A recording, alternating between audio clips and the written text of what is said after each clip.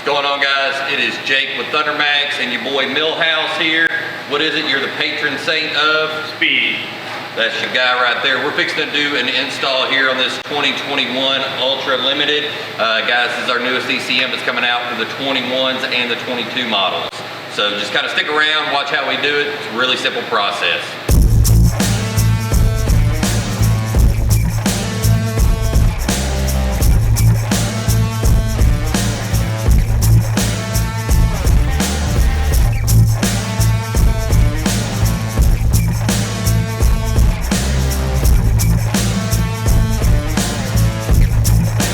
Alright guys, first thing we're going to do is get your seat off here.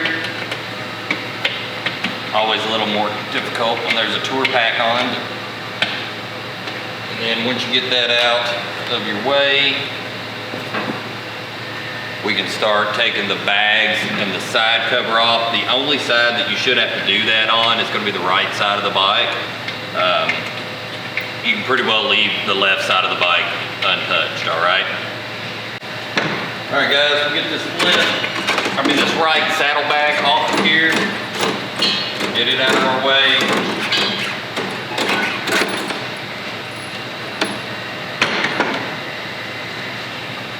And then you're also going to take off this right side cover here.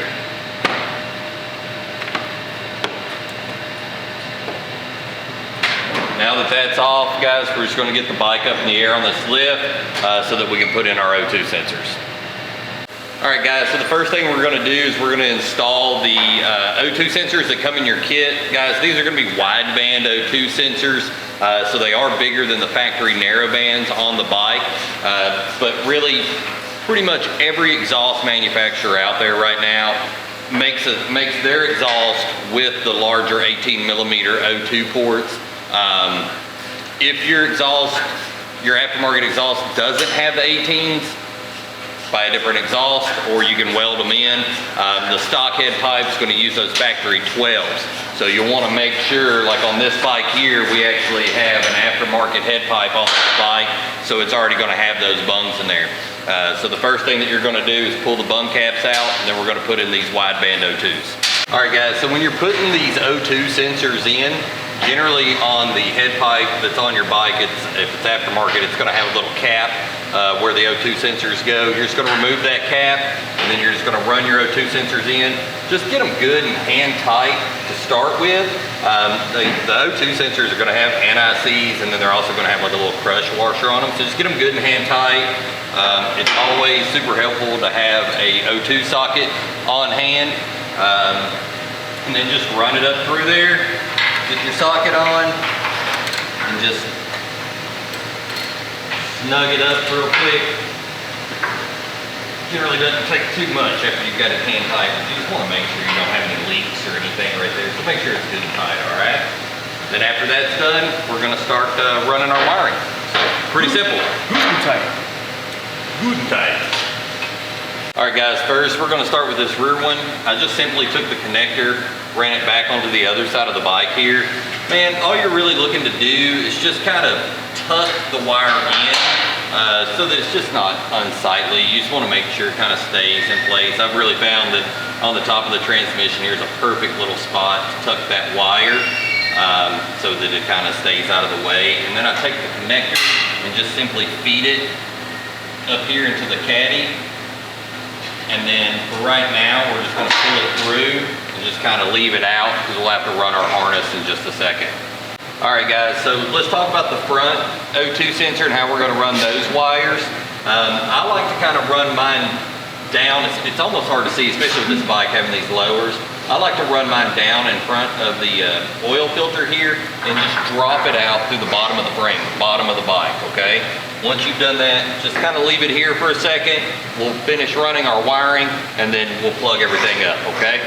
Alright, so the next thing that we're going to do is we're actually going to run our O2 harness. This is a Y harness. It plugs directly into the ECM and then it plugs directly into both of those wideband O2 sensors.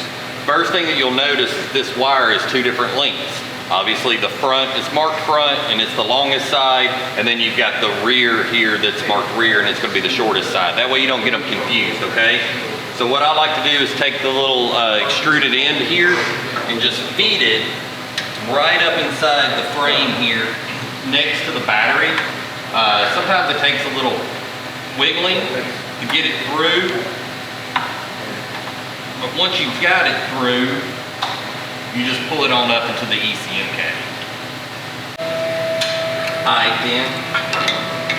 Alright guys, so we got the O2 harness ran up through here. So the next thing that I'm going to do is go ahead and probably remove the ECM, the factory ECM with this bike, and get that out of our way. And on the 21s, they've got a little latch that you've got to pull back. So once you get that pulled completely back, it'll just kind of unlock the ECM from the connector, okay? So now we'll get our ThunderMax. Milhouse here is putting that ECM in the saddlebag. Guys, always keep your stock ECM in your saddlebag if you have that availability there, just in case you're rolling down the road, you know, have some running issues. So you whip it to a Harley dealer, and maybe that Harley dealer doesn't mess with ThunderMax, or they haven't done a lot of them yet. That way you hook it up to the digital tech. Yeah, you can just hook it right up to digital tech with the stock ECM, and it won't be any issue, okay? So the next thing we're gonna do is plug the ECM in. Guys, what I like to do is take a little dielectric grease. Something's gonna come in your kit. We keep it by the big tube here, a little bit of horsepower jelly. I just wipe it just a little bit, guys, around this connector here, and just a little inside the pins. And that's just gonna make for an easier installation. And then I like to take just a little bit of it on my finger here and just wipe it inside of the factory harness here. And just hit it with just a little bit. Guys, it's just gonna prevent corrosion or any of those other kind of funky things that you don't want going on. Go ahead and plug the ThunderMax ECM in. Guys, this is the same exact size and everything as the factory ECM, so you won't have any fitment issues there. Clip your lock back down, and that part's done. Next thing that you're going to want to do is plug in your O2 harness. Easiest way to know that you've got it right side going in is just the ThunderMax logo will be on top. They can be tight, so just, you know, force them in there a little bit, not too hard. You just want to get past that rubber. So that makes a really good seal, and then we're going to run both of those screws down until we get a little bit of squish right here, okay?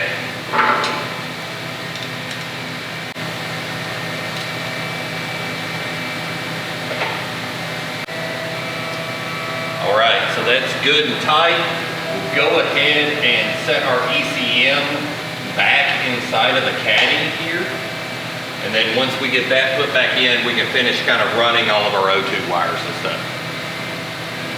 All right guys, I like to hook up my rear sensor first just because I'm already back here working. So what I'm gonna do is from the harness side, I'm gonna feed it back inside this frame here so that it kind of sticks out here. And you remember we already ran our rear O2 sensor inside of there too. So all we gotta do is plug these two together. Guys, keep in mind, no dielectric grease inside of this connector. We don't want to interfere with any of the signals here on this O2 because they are a heated O2 sensor. It will make a clicking sound when you've got it in there right. So that's hooked up. Now we're gonna run the front. And how we're gonna do that is really simple. We're just gonna drop it behind the exhaust. And then once we've got it through here, pull your wire loom down a little bit against your frame rail.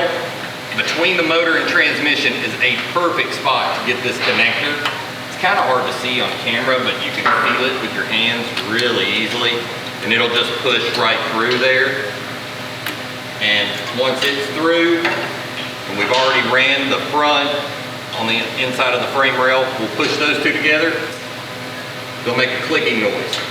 Now, something to keep in mind when you're working down here like this, you have two things that you want to kind of steer clear of. One is having your O2 sensor hang down too low on your frame rail. Guys, you're going to hit it, curbs, things like that. And then the other thing is you want to make sure that you stay away from this exhaust, okay? You don't want this wire laying up against the exhaust, getting burnt and arcing out and causing some damage somewhere. So what you do is just simply pull your wire down. What's really nice about these newer bikes is they actually have some clips here. And there's a dead spot inside these clips, and you can literally just put your O2 sensor wire directly in those clips. And then when you move to the front, you'll just use a little zip tie there, zip it to the factory wire loom. Make sure it's gonna stay up there good and tight, that it's not gonna fall down while you're riding or anything like that. And we'll do that here in just a second, and we'll get a couple zip ties and we'll be good to go. All right guys, so I've got my O2 sensor connector tucked really nicely up in here on the other side of the frame. So then I'm just gonna pull my zip ties good and tight. Now that they're on there, I'll just give them a little snip, cut off the excess. And then get this one, and then we'll just button up this rear, and we'll be good to go. Same deal here, guys. Just find a really good spot to get this connector in there. Make sure you zip tie it. You don't want it falling down or hanging on anything. These zip ties come in handy. They come in your kit, so use them accordingly to make sure everything's nice and buttoned up and out of the way and looks good. And now all we've got to do is kind of start putting the bike back together. We'll enter the bin, load a base map, and we'll go ride and let it do its thing. All right guys, so we buttoned it up. It was pretty simple. The whole install takes roughly about an hour. We entered the bin, we loaded the base map. The bike's ready to go now. So what we'll do is probably take it out, put some miles on it, let it auto tune and kind of refine and finesse and build that map a little bit. But other than that, it's really that simple. All you've got to remember to do is, every time that you key cycle off, it's going to save those changes that you made during that riding session. So it's just going to continuously get better and better and better as you ride, and kind of predict and adapt to your riding style and the fueling requirements that you need. So pretty simple install, guys. We appreciate you watching. Make sure you follow us on social media, on Facebook, ThunderMax EFI, on Instagram at ThunderMax EFI. Milhouse here, what's your handle? At Milhouse_TMax.